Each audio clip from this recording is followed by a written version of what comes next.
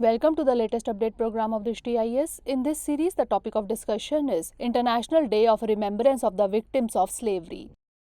International Day of Remembrance of the Victims of Slavery and the Transatlantic Slave Trade is marked on 25th March every year. The day aims to raise awareness about the dangers of racism and prejudice. The theme of this day for 2022 is Stories of Courage, Resistance to Slavery and Unity Against Racism. The day is observed with activities at United Nations headquarters in New York and at United Nations offices around the world.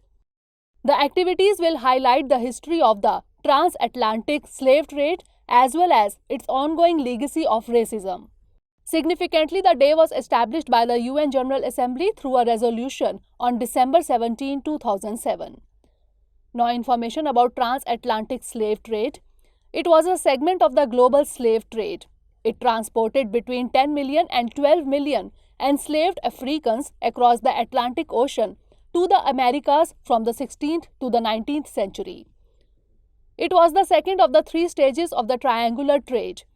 Arms, textiles and wine were shipped from Europe to Africa through triangular trade. Dear viewers, watch this topic in Hindi on our Drishti IAS Hindi YouTube channel.